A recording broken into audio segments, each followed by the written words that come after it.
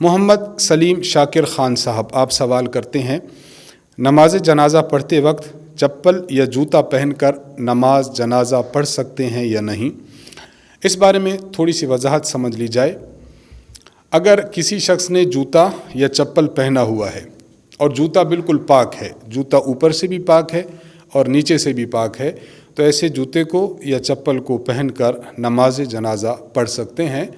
اس کی وجہ یہ ہے کہ نماز جنازہ عموماً ایک تو میدان میں ہوتا ہے،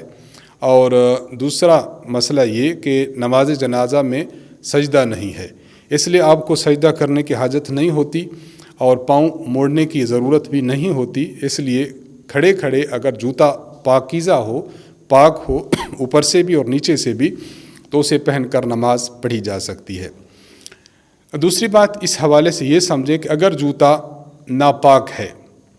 اوپر سے ناپاک ہو یا نیچے سے ناپاک ہو، تو جوتے کو پہن کر نماز پڑھنا جائز نہیں ہے۔ مثلا کسی کی ہوائی چپل ہے یا بند جوتا ہے، تو بند جوتے کو پہن کر یا چپل میں پاؤں ڈال کر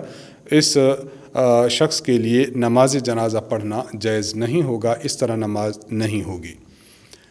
اور تیسری بات اس حوالے سے یہ سمجھ لیں کہ اگر جوتا پہنا ہوا ہے یا چپل پہنی ہوئی ہے اور وہ اوپر سے تو پاک ہے لیکن نیچے سے اس کے کوئی نجاست اور کوئی ناپاکی لگی ہوئی ہے، تو انسان اپنا پاؤں اس جوتے یا چپل سے نکالے